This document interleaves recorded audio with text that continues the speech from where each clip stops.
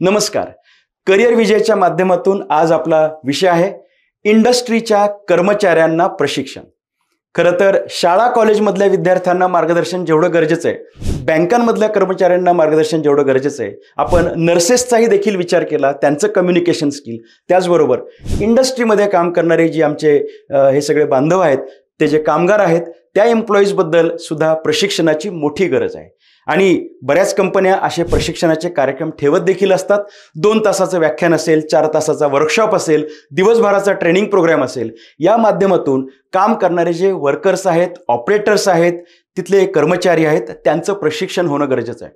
मला असं वाटतं की या प्रशिक्षणाची गरज यासाठी आहे कारण इकॉनॉमीवरती प्रत्यक्ष कोण काम करतं तर इंडस्ट्रीमधली माणसं करतात. रॉ मटेरियलचं रूपांतर फिनिश प्रॉडक्टमध्ये झाल्यानंतर संपूर्ण इकॉनॉमी जी ती हलत असते आणि एक व्यापार त्याच्यातून वृद्धिंगत होत असतो. त्यामुळे देशाचा जेव्हा आलेख विकासाचा वाढत जातो तेव्हा त्याचं मूळ सूत्रधार जसे शेतकरी आहेत, त्याचबरोबर कामगार देखील आहेत जे इंडस्ट्रीजमध्ये काम करत असतात. अर्थात या सगळ्या कामगारांना उत्तम असं प्रशिक्षण त्यांचे तिथले बॉस, त्यांचे मॅनेजर, त्यांचे वरिष्ठ हे देतच असतात. त्यांचा प्रशिक्षण कार्यक्रम तिथे ठरलेला देखील असतो. परंतु त्यासोबतच अनेक गोष्टींमध्ये त्यांना बाहेरून काही मार्गदर्शन होण्याची गरज असते, तज्ज्ञांच्या मार्गदर्शनाची गरज असते. जसं की एखादा व्यक्ती CNC मशीनवर काम करतोय, VMC मशीनवर काम करतोय, तेव्हा त्या मशीनवर काम करण्यासाठीचं प्रशिक्षण त्याला दिलं जातं आणि त्या प्रशिक्षणानंतर तो व्यक्ती प्रोफेशनल पद्धतीने एक्सपर्ट बनतो आणि तो कंपनीच्या हिताचा तो एक कर्मचारी बनतो. त्याचबरोबर मॅनेजमेंटची काही तंत्र असतात, 5S, 6 सिग्मा, त्याचबरोबर मेंटेनन्स, अशा अनेक विषयांवरती त्यांच्या तांत्रिक गोष्टींशी कनेक्टेड अशा पद्धतीचं नॉलेज हे या कर्मचाऱ्यांना सातत्यानं दिलं जात असतं, ते देणं अपेक्षित असतं. या मार्गदर्शनाच्या माध्यमातून एक प्रकारे नवीन व्हर्जनमध्ये हे कर्मचारी पोहोचत असतात. जुन्या काही पारंपरिक पद्धती आणि आता नव्याने झालेले काही चेंजेस, टेक्नॉलॉजी अपडेट्स हे या कर्मचाऱ्यांपर्यंत या निमित्ताने पोहोचतात आणि कंपनीची प्रॉडक्टिव्हिटी वाढण्यापर्यंत त्याची एक प्रकारची आउटपुट लेवल दिसायला लागते. त्यामुळे इंडस्ट्रीज हे सातत्याने अशा पद्धतीचे ट्रेनिंग प्रोग्राम्स किंवा प्रशिक्षण कार्यक्रम किंवा व्याख्याने ठेवत असतात. माझं सुदैव असं आहे की बऱ्याच वेळा मला इंडस्ट्रीमध्ये सुद्धा अशा एम्प्लॉईजच्या किंवा त्या कामगारांच्या प्रशिक्षणासाठी जाण्याचा योग येतो. मला जीवन सुंदर आहे हे व्याख्यान त्यांच्यापुढं सादर करताना किंवा त्यांच्याशी ह्या विषयावर बोलताना नेहमी आनंद असा होतो की कार्यक्रम झाल्यानंतर ही माणसं भेटतात आणि सांगतात की आम्हाला आता कळलं की आम्ही खऱ्या अर्थाने ही जॉब कशासाठी करतोय, नोकरी कशासाठी करतोय. कारण पगारासाठी नोकरी करतोय हे तर माहितीच आहे, म्हणून तर आम्ही जॉईन केलंय. पण नोकरी करण्याची भूमिका, इथे आल्यानंतर आपण जे योगदान देतो त्याच्यामध्ये असलेली सात्विकता, ह्या गोष्टी पुन्हा एकदा जरा अंडरराईट पद्धतीने, ज्याला असं म्हणता येईल की हे पुन्हा एकदा ठसवून देणं, हे सुद्धा कधी कधी गरजेचं आहे. कारण काय होतं की कंपनीच्या रचनेमध्ये काम करताना टार्गेट दिलेले असतात, अमुक एक काम करायचंय, हे पूर्ण करायचंय, ही गुणवत्ता म्हणजे क्वालिटी आली पाहिजे, यासाठी कायम ससेमिरा असतो आणि ते स्वाभाविक आहे कारण त्यांना देखील वरती रिपोर्टिंग करायचं असतं. परंतु ह्या सगळ्या रॅट रेसमध्ये किंवा हाराकिरीमध्ये तो कर्मचारी, तो लेबर जो असतो, कधी कधी तो म्हणतो की एवढं काय कशासाठी करतोय, मी पगारासाठी करतोय, पण मग हा तणाव येतोय का, आणि हे काम करत असताना अधिक चांगल्या मेथड्स कोणत्या, ज्याला आपण कायमस्वरूपी म्हणतो की प्रॉडक्टिव्हिटी इम्प्रूव्हमेंट. आणि हे प्रॉडक्टिव्हिटी इम्प्रूव्हमेंटचा परत मूळ सार येतो की ते आतून आलं पाहिजे काम.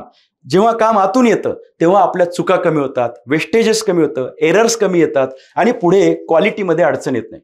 त्यामुळे जीवन सुंदर आहे या माध्यमातून आम्ही सांगतो की मुळात नोकरी का करायची, कशी करायची, नोकरीला जायच्या आधी म्हणजे तुम्हाला शुक्रवार शनिवार आवडतोय का सोमवार आवडतोय याच्यावरतून ठरणार आहे की तुम्हाला कामाबद्दल किती आत्मीयता आणि प्रेम आहे.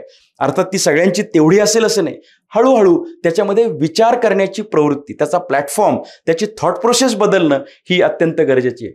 कामगारांना त्यांच्याच बॉसने काही सांगणं आणि बाहेरच्या एखाद्या एक्सपर्टनी सांगणं याच्यामध्ये फरक आहे. मोटिवेशनल स्पीकर जेव्हा सांगतो तेव्हा त्या कर्मचाऱ्यांना ते एका लूपमध्ये जातात, ते एका औरामध्ये जातात आणि विचार करू लागतात. या मार्गदर्शनाच्या माध्यमातून अनेकदा असं दिसतं की कंपनीच्या मॅनेजमेंटचं म्हणणं पडतं की हे प्रशिक्षण आमच्या दृष्टीने अत्यंत उपयुक्त ठरलं. लोकांची विचार करण्याची तीच पद्धत जरा ब्रेक करायची गरज होती. कामाच्या पद्धतींमध्ये होणाऱ्या चुका, त्याच्यामुळे होणारे ऍक्सिडेंट्स याच्यावर देखील परिणाम होतो. एकमेकांशी रिलेशन कसं असावं, साधी गोष्ट प्रशिक्षणातून सांगता येते आणि यासाठी काही उदाहरणं दिली तर त्यांना ती चटकन पटतात. संवाद कौशल्य, कम्युनिकेशन स्किल कसं असावं, ह्या कम्युनिकेशन स्किलचा उपयोग त्यांनाच जास्त होणार आहे. कंपनीचं प्रॉडक्टिव्हिटी आणि कंपनीचं प्रॉफिट हे काही नेहमीच उद्दिष्ट असावं असं नाही. त्या व्यक्तीला पण कळतं, अरे हे कंपनीसाठी नाही, मी माझ्या स्वतःसाठी करतोय आणि माझा याच्यामध्ये विकास होतोय, माझी एक प्रकारची आत्मीयता मला आनंद देते. 8-10 तास मी त्या ठिकाणी काम करतोय, हे सगळेचे सगळे माझे आनंदाचे तास आहेत, these are my happy hours. आणि हे जेव्हा त्याला कळतं तेव्हा तो अधिक आनंदाने काम करतो. कंपनीसाठी करतो ही एक बाजू आहे, दुसरी बाजू मी माझ्यासाठी काम करतोय ही बाजू आहे. आणि ह्या प्रक्रियेमध्ये मग मी मगाशी म्हटलं तसं कम्युनिकेशन स्किल असेल, एकमेकांबद्दल रिलेशनशिप, पब्लिक रिलेशन असेल, या सगळ्या गोष्टींचा एक विचार होतो. स्ट्रेस मॅनेजमेंट, टाइम मॅनेजमेंट या गोष्टी सुद्धा प्रशिक्षणच्या माध्यमातून त्या लोकांपर्यंत खूप चांगल्या पद्धतीने खुबीने पोहोचवता येतात. की तुमच्यावरती आलेला स्ट्रेस, कधी कधी आपण ऐकतो की आपल्या जवळपास कोणीतरी 55 वय, 52 वय, 40 वय, अचानक हार्ट अटॅक येतो. त्या मंडळींना कामाचा लोड काही कंपनी तुम्हाला काही इतकं प्रेशर देत नाही की तुमचं हृदयावरती त्याचं काम बंद पडावं. पण माणसं ही तणाव घेत असतात. कामावरचं प्रेशर, घरातलं प्रेशर, आर्थिकदृष्ट्या काही समस्या असतात, आरोग्याच्या समस्या असतात. प्रशिक्षणामध्ये या सगळ्या गोष्टी नीटपणे सांगता येतात आणि लोक नंतर सांगतात की अरे किती सोपं आहे, माझ्याकडे जे नाही याचा विचार करण्यापेक्षा माझ्याकडे जे आहे याचा विचार करायला तुम्ही सांगितलात, हा विचार कितीतरी ताकदवान आहे आणि आपलं कितीतरी चांगलं चाललंय, ही भावना आम्हाला ह्या सेशन नंतर लक्षात आली. आणि आता जे करायचं ते आनंदाने करायचंय. विनाकारण एखाद्या ठिकाणी पोस्टिंग दिलंय म्हणून एखादा कंटाळलेला कर्मचारी, चिडलेला कर्मचारी, जेव्हा आपण त्याला सांगतो अरे काहींना नोकऱ्याच नाहीयेत तर त्यांना पगारही नाहीये, आपल्याला हे आता जे दिले ते शिकण्यासाठी आहे, आव्हानासाठी आहे, आपल्या इम्प्रूव्हमेंटसाठी आहे. जेव्हा आपण त्यांना ऐतिहासिक सुद्धा उदाहरणं सांगतो तेव्हा लक्षात येतं अरे ही एक अपॉर्च्युनिटी आहे, हे मला कंपनीने बळजबरी टाकलेलं नाहीये, ही अपॉर्च्युनिटी आहे. त्यामुळे तो विकसित होणं गरजेचं आहे. असं विकसन, स्वविकसन हे नोकरी करताना 22व्या वर्षी कामाला लागला, 21व्या वर्षी कामाला लागला, मधल्या काळामध्ये 40 पर्यंत स्वविकसन होत गेलं, अरे ते 58 वर्षापर्यंत होणार आहे. ते डेव्हलप करण्याची मानसिकता कशी असावी हे आपल्याला प्रशिक्षणामधून सांगता येतं. हे सगळं करत असताना त्या व्यक्तीच्या मनाशी ठाव घेता येणं, त्या कंपनीच्या धोरणांशी त्याचा कनेक्ट करता येणं, हे जर जमलं तर मग टीमवर्कमधून केलेलं कार्य, माझं स्वतःचा त्याच्यामध्ये असलेला रोल, याच्याबद्दलचं गांभीर्य त्याला कळतं. बरं, हे सगळं आनंदाने करायचंय, चेहऱ्यावरती स्माईल असलं पाहिजे, एकमेकांशी गॉसिपिंग करायची काही गरज नाही. त्या गॉसिपिंगमधून निगेटिव्ह एनर्जी तयार होते. ॲप्रिसिएशन केलं, एकमेकांचं कौतुक केलं तर माणसं जोडता येतात. दिवसभराचं टाइम टेबल कसं करावं, घर आणि काम याच्यातला बॅलन्स, वर्क लाईफ बॅलन्स कसा साधावा, हे आपल्याला त्या कर्मचाऱ्यांना सांगताना आम्हाला देखील खूप आनंद वाटतो. कारण हे वर्क लाईफ बॅलन्स जर झालं तर कामाची गोडी अधिक वाढते. डायरी लिहिण्यासारख्या साध्या गोष्टी ह्या जेव्हा कर्मचाऱ्यांच्या लक्षात येतात की अरे डायरी लिहिल्यानंतर विनाकारण होणाऱ्या खर्चांवरती, खर्च सोडा काही व्यसनांवरती सुद्धा कंट्रोल येतो, तेव्हा डायरी लिहिण्याचं सांगणं. बऱ्याच वेळा कंपनीचे बॉस ह्या सगळ्या गोष्टी सांगणार नाहीत कारण त्यांना कामाची एक प्रकारची कन्स्ट्रेंट लेवल ठरलेली आहे. परंतु आपलं हे आयुष्य, हे जीवन सुंदर आहे. हे जीवन सुंदर असण्याचा एक 8-10 तासांचा काम हा तुमचा कामाच्या ठिकाणी आहे. उरलेल्या वेळेमध्ये तुमचं कुटुंब, तुमचे मित्र, तुमचे छंद, तुमचे एंटरटेनमेंट, गावाकडचं आयुष्य, घरातली ज्येष्ठ मंडळी, लहान मुलं यांच्याशी खेळणं, ह्या सगळ्या गोष्टींची बेरीज आपल्याला जर करता आली तर आपल्याला जीवन सुंदर आहे असं म्हणता येतं.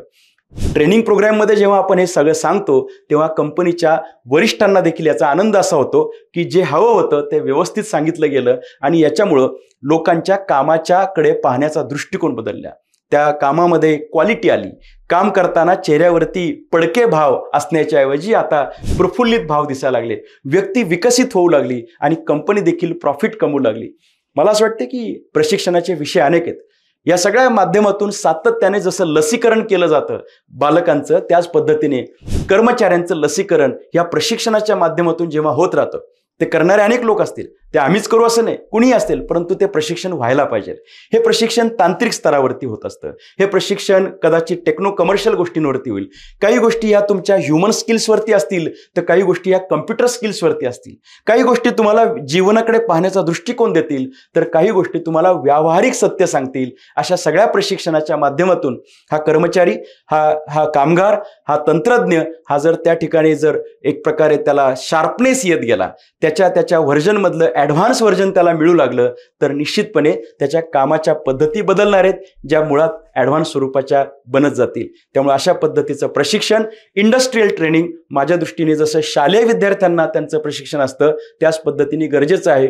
अशा पद्धतीने प्रशिक्षित कर्मचारी हा नक्कीच कंपनीचा आणि त्या आस्थापनेचा विकास करतील आणि हा विकास त्यांच्या चेहऱ्यावरती पण दिसून येईल की yes, we are also happy and you are also happy. मॅनेजमेंटचा कन्सेप्ट आहे I am okay you are okay. या तंत्रज्ञाना या एका कन्सेप्टवरती जेव्हा काम करतो आपण तेव्हा लक्षात येतं की हे असं I am okay you are okay हा कन्सेप्ट हा आमच्या कंपनीमध्ये आणि आस्थापनेत जर असेल तर आमचा सगळ्यांचा एकत्रित विकास होईल. असा विकास व्हावा यासाठी प्रशिक्षण महत्त्वाचे.